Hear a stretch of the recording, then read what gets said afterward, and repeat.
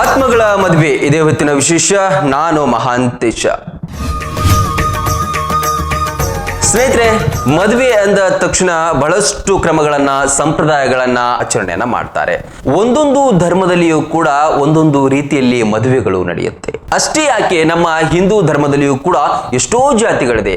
ಆಯಾಯ ಜಾತಿಗಳಲ್ಲಿ ಬೇರೆ ಬೇರೆ ಆದಂತಹ ಸಂಪ್ರದಾಯಗಳು ಮದುವೆಯ ಸಂದರ್ಭದಲ್ಲಿ ಪಾಲನೆ ಮಾಡ್ತಾರೆ. ನಿಮ್ಗೆಲ್ಲ ಗೊತ್ತೇ ಇರಬಹುದು, ಒಂದು ಜಾತಿಗಿಂತ ಒಂದು ಜಾತಿಯಲ್ಲಿ ಮದುವೆ ಆಗಿರ್ಬೋದು, ಬೇರೆ ಯಾವುದೇ ಒಂದು ಆಚರಣೆಗಳಾಗಿರಬಹುದು, ಸಂಪ್ರದಾಯಗಳು ಭಿನ್ನವಾಗಿ ಇರುತ್ತೆ.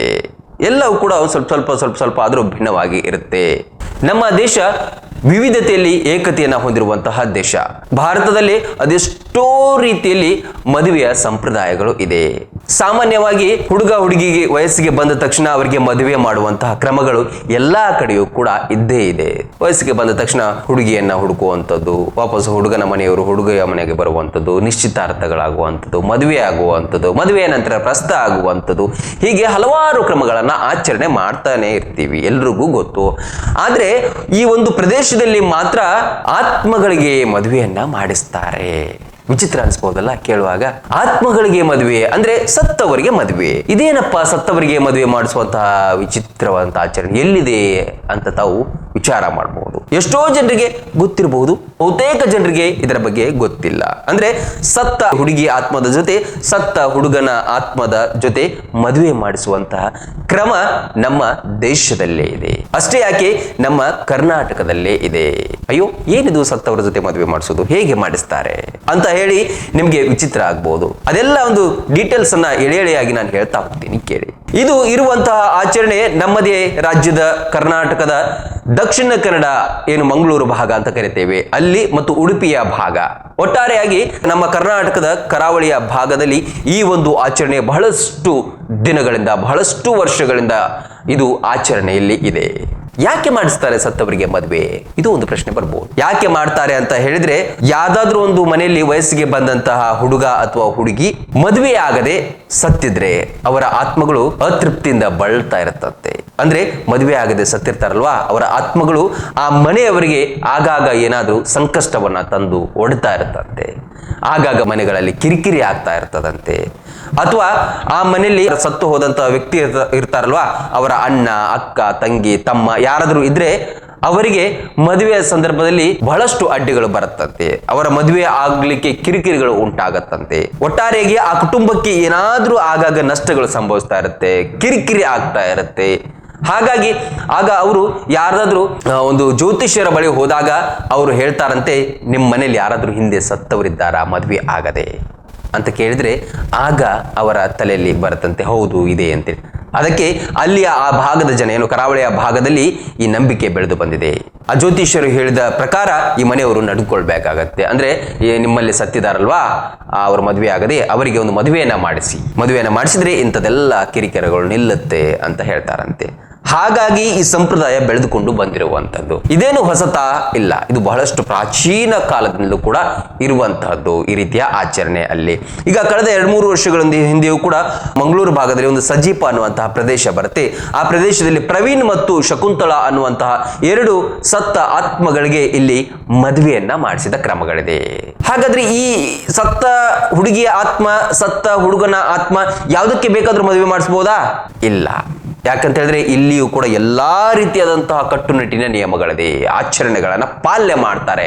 ಹೇಗೆ ನಮ್ಮಲ್ಲಿ ಜಾತಿ ಅಥವಾ ಜಾತಕಗಳು ಕೂಡಿ ಬರಬೇಕು ಅಂತ ಹೇಳ್ತೀವೋ, ಅದೇ ರೀತಿಯಲ್ಲಿ ಸತ್ತ ಆತ್ಮಗಳಿಗೂ ಕೂಡ 2ಕ್ಕೂ ಜಾತಕಗಳು ಕೂಡಿ ಬರಬೇಕು, ಒಂದೇ ಸಮುದಾಯದ್ದಾಗಿರ್ಬೇಕು, ಮನೆಯವ್ರಿಗೂ ಕೂಡ ಒಪ್ಪಿಗೆ ಇರಬೇಕು. ಇಷ್ಟೆಲ್ಲ ಇದ್ದಾಗ ಮಾತ್ರ ಗಂಡು ಹೆಣ್ಣು ನೋಡುವಂತಹ ಮುಂದಿನ ದಾರಿಗಳು ಕೂಡ ಸುಗಮ ಆಗತ್ತೆ. ಜಾತಕಗಳು ಹೊಂದಿಕೆ ಆದ ನಂತರ, ಸಮುದಾಯಗಳು ಹೊಂದಿಕೆ ಆದ ನಂತರ ಏನ್ ಮಾಡ್ತಾರೆ ಅಂತ ಹೇಳಿದ್ರೆ ಮುಂದಿನ ನಿಶ್ಚಿತಾರ್ಥದ ಕ್ರಮಗಳನ್ನ ಇಲ್ಲಿ ಮಾಡ್ತಾರೆ. ಅಷ್ಟೇ ಯಾಕೆ, ಇವತ್ತು ಮ್ಯಾಟ್ರಿಮೋನಿಯಂನಲ್ಲಿ ಕೂಡ, ಅಂದ್ರೆ ಏನು ವಧುವರರ ವೇದಿಕೆ ಅಂತ ನಾವು ಕರಿತೇವೆ, ಅದು shaadi.com ಆಗಿರಬಹುದು ಅಥವಾ ಮ್ಯಾಟ್ರಿಮೋನಿಯಂ ಆಗಿರಬಹುದು, ಇಂಥ ವಧುವರರ ವೇದಿಕೆಯಲ್ಲೂ ಕೂಡ ಆ ಹುಡುಗನ ಅಥವಾ ಹುಡುಗಿಯ ಪ್ರೊಫೈಲ್ಗಳನ್ನ ಹಾಕ್ತಾರೆ. ಅಂದ್ರೆ ಹುಡುಗ ಬೇಕಾಗಿದ್ದಾನೆ ಅಥವಾ ಹುಡುಗಿ ಬೇಕಾಗಿದ್ದಾಳೆ, ಅಂದ್ರೆ ಮದುವೆ ಮಾಡೋದಕ್ಕೆ, ಅಥವಾ ವರ ಬೇಕಾಗಿದ್ದಾರೆ, ವಧು ಬೇಕಾಗಿದ್ದಾರೆ ಅಂತ ಹೇಳಿ ಆಡ್ಗಳನ್ನು ಕೂಡ ಕೊಡುವಷ್ಟರ ಮಟ್ಟಿಗೆ ಇವತ್ತು ಈ ಆತ್ಮಗಳ ಮದುವೆಗೆ ಬಹಳಷ್ಟು ಒಂದು ಪ್ರಾಮುಖ್ಯತೆ ಬಂದಿದೆ. ಮುಂದಿನ ಹಂತದಲ್ಲಿ ಮದುವೆಯನ್ನ ಮಾಡಿಸ್ತಾರೆ. ಹೇಗೆ ಆತ್ಮಗಳಿಗೆ ಮದುವೆ ಮಾಡಿಸ್ತಾರೆ? ಇಲ್ಲಿ ಮದುವೆಯನ್ನ ಹೇಗೆ ಮಾಡಿಸ್ತಾರೆ ಅಂತ ಹೇಳಿದ್ರೆ, ಮದುವೆಯ ದಿನ ಆಭರಣಗಳು ಅಥವಾ ಏನು ವಸ್ತ್ರಗಳನ್ನ ತಂದಿರ್ತಾರಲ್ವಾ, ಮದುವೆಯ ಗಂಡಿಗೆ ಹೆಣ್ಣಿಗೆ ಅಂತೇಳಿ ಸೀರೆ ಆಗಿರಬಹುದು, ಗಂಡಿಗೆ ತಂದಂತಹ ಪಂಚೆ ಆಗಿರಬಹುದು, ಆ ಡ್ರೆಸ್ಗಳನ್ನೇ ಏನ್ ಮಾಡ್ತಾರೆ, ಎರಡು ಪ್ರತ್ಯೇಕ ಕುರ್ಚಿಗಳಲ್ಲಿ ಇಡ್ತಾರಂತೆ.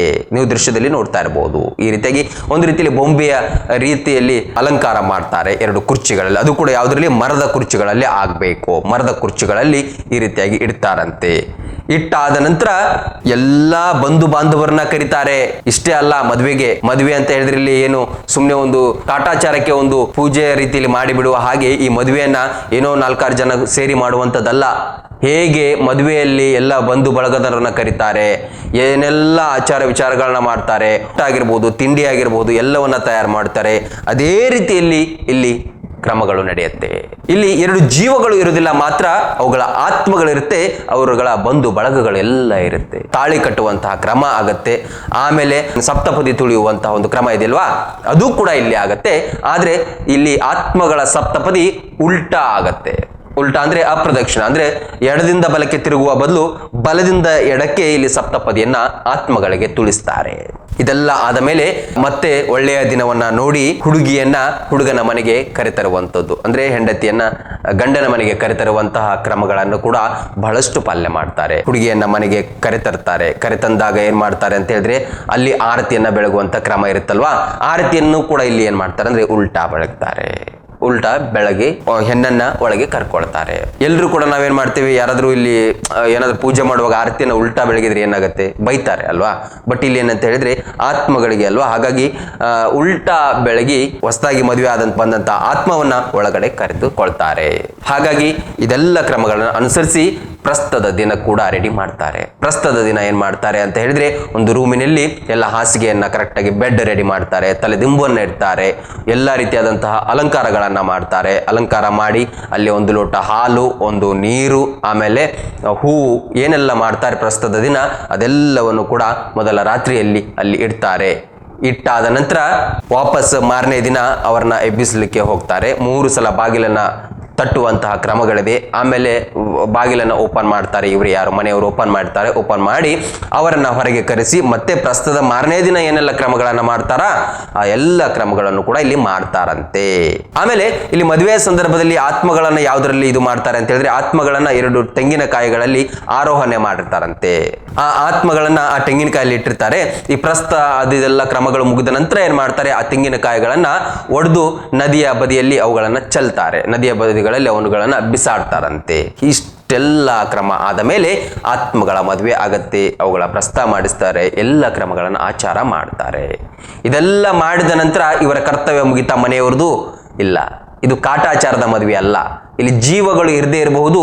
ಆತ್ಮಗಳಿಗೆ ಮದುವೆ ಮಾಡಿಸಿದಂತ 2 ಕುಟುಂಬಗಳು ಕೂಡ ಜೀವನ ಪರ್ಯಂತ ಅವರು ಸಂಬಂಧಿಕರಾಗಿ ಮುಂದುವರಿತಾರೆ. ಹುಡುಗಿಯ ಮನೆಯ ಕಾರ್ಯಕ್ರಮಗಳಿಗೆ ಹುಡುಗನ ಮನೆಯವರು ಹೋಗ್ತಾರೆ, ಹುಡುಗನ ಮನೆಯ ಕಾರ್ಯಕ್ರಮಗಳಿಗೆ ಹುಡುಗಿಯ ಮನೆಯವರು ಹೋಗ್ತಾರೆ. ಮುಂದೆ ಯಾವುದೆಲ್ಲ ಏನೇ ಕಷ್ಟ ಸುಖಗಳು ಬಂದರೂ ಕೂಡ 2 ಮನೆಯವರು ಒಟ್ಟೊಟ್ಟಿಗೆ ಒಬ್ಬರಿಗೊಬ್ಬರು ಸಹಕಾರವನ್ನ ನೀಡ್ತಾರೆ. ಹುಡುಗ ಇಲ್ಲ ಅಲ್ಲ, ಹುಡುಗಿನೇ ಇಲ್ಲ ಅಲ್ಲ ಅಂತ ಬಿಡೋದಕ್ಕೆ ಇಲ್ಲಿ ಆಗೋದಿಲ್ಲ. ಆತ್ಮಗಳಿಗೆ ಮದುವೆ ಮಾಡಿಸಿದ್ರು ಕೂಡ ಇವರು ಸಂಬಂಧಿಕರೇ ಆಗಿ ಮುಂದುವರಿತಾರೆ.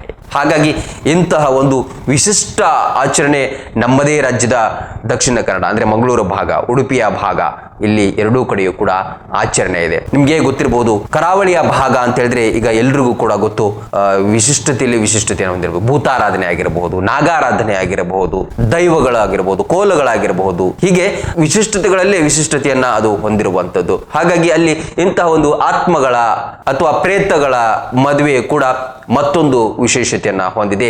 ಆ ಭಾಗದಲ್ಲಿ ತುಳುವಿನಲ್ಲಿ ಇದಕ್ಕೆ ಕುಲೆ ಮದುವೆ ಅಂತ ಹೇಳಿ ಕರೀತಾರೆ. ಅಂದ್ರೆ ಕುಲೆ ಅಂದ್ರೆ ಆತ್ಮ ಅಥವಾ ಪ್ರೇತ ಅಂತ ಹೇಳಿದಾಗೆ, ಹಾಗಾಗಿ ಅವುಗಳಿಗೆ ಮದುವೆಯನ್ನ ಮಾಡಿಸುವಂತಹ ವಿಶಿಷ್ಟ ಕ್ರಮ ಇದೆ. ಇದು ಜಗತ್ತಿನ ಬೇರೆ ಯಾವ ರಾಷ್ಟ್ರಗಳಲ್ಲಿ ಇದೆ ಅಂತ ಹೇಳಿದ್ರೆ, ಚೀನಾದಲ್ಲಿಯೂ ಕೂಡ ಒಂದು ಪ್ರದೇಶದಲ್ಲಿ ಇದೆ ಅಂತೆ. ಅಲ್ಲಿಯೂ ಕೂಡ ಈ ರೀತಿಯಾದಂತಹ ಆತ್ಮಗಳಿಗೆ ಮದುವೆ ಮಾಡ್ತಾರೆ. ಆಗ ಚೀನಾದಲ್ಲಿ ಬಿಟ್ಟರೆ ಇರುವಂತದ್ದು ನಮ್ಮ ಭಾರತ, ಕರ್ನಾಟಕ, ಅದರಲ್ಲೂ ಕೂಡ ನಮ್ಮ ದಕ್ಷಿಣ ಕನ್ನಡ, ಉಡುಪಿಯ ಭಾಗದಲ್ಲಿ. ಇದೊಂದು ಚಿಕ್ಕ ಮಾಹಿತಿಯನ್ನ ಹೇಳುವಂತಹ ಪ್ರಯತ್ನ ನಮ್ದಾಗಿತ್ತು. ಲೇಟೆಸ್ಟ್ ಸುದ್ದಿಗಳಿಗಾಗಿ ನೋಡ್ತಾ ಇರಿ ರನ್ ಟಿವಿ. ಇದು ಸಾಮಾಜಿಕ ಚಿಲುಮೆ.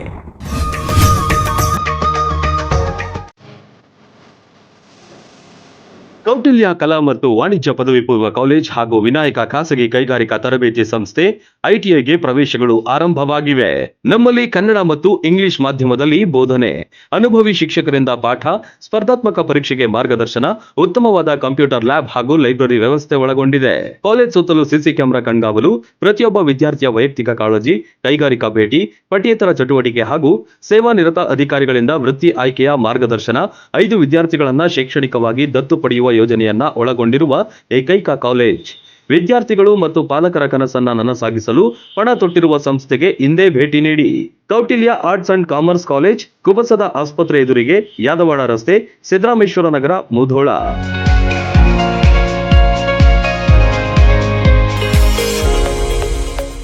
ರನ್ ಟಿವಿ ನ್ಯೂಸ್ ವಿಡಿಯೋಸ್ ನೋಡಲು ಸಬ್ಸ್ಕ್ರೈಬ್ ಮಾಡಿ, ಬೆಲ್ ಐಕಾನ್ ಪ್ರೆಸ್ ಮಾಡಿ.